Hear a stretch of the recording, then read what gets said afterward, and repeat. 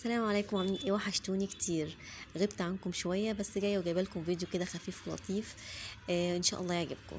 لو اول مره بتتفرجوا على القناه، ما تنسوش اللايك والسبسكرايب وفعلوا زر الجرس عشان يوصلكم كل جديد.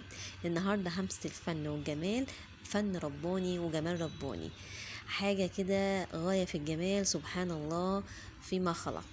هنشوف دلوقتي مطروح اتغيرت كتير كتير، وهنشوفه طبعا مطروح اتغيرت مباني، لكن ما اتغيرتش بالنسبه للجمال الرباني موجود من زمان.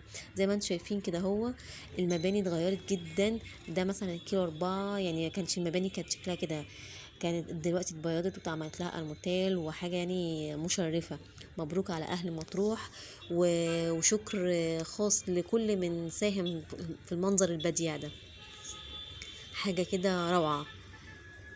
بصوا المنظر، ويلا بينا نبدأ الفيديو بتاعنا ونشوف الجمال والفن الرباني.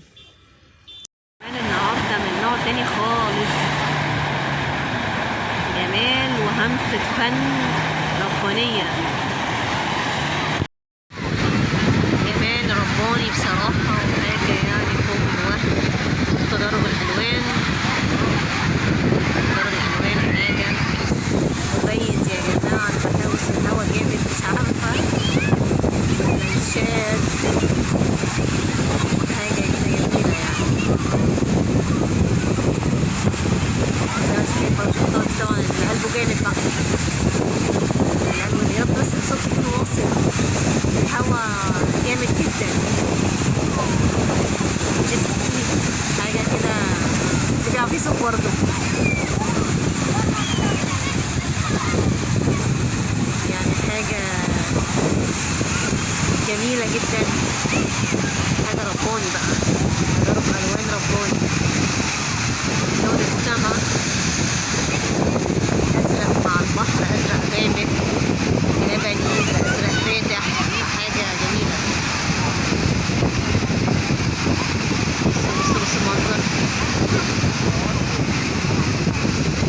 أنا الباراشوتات بقى، يعني الواحد نفسه يجرب، بس يعني عايز قلب، يعني مش عارفة أنا ممكن أقدر ولا لأ، مش عارفة بصراحة، بس نفسي أجربه.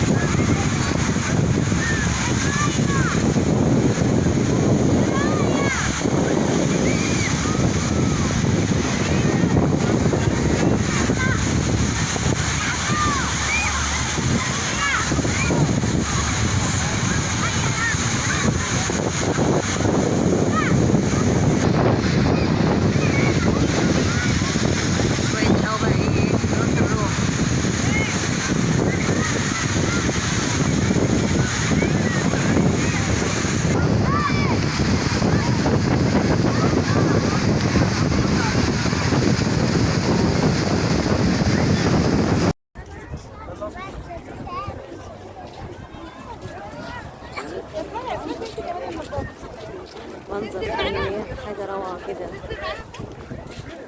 جمال الفن الرباني، تدرج الألوان، عجيبة، من أحلى المناطق في مطروح. جميلة جدا. اللي عايز ينزل بقى من السلم اهو، بس المشوار طبعا بعيد قوي. تدرج الألوان، سبحان الله. منظر البحر روعة روعة، أزرق ولبني وأخضر، حاجة جميلة. سبحان الله، سبحان الله في خلقه. جبل في حضن البحر،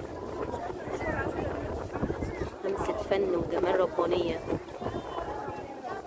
تروح يا جماعة من أحلى الشواطئ، فيها شاطئ عجيبة، وفي نزول اهو زي ما انتم شايفين.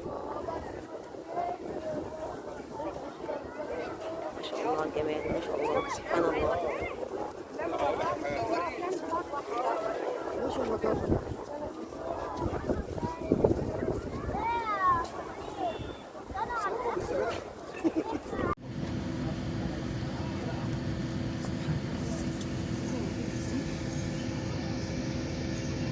بتزودي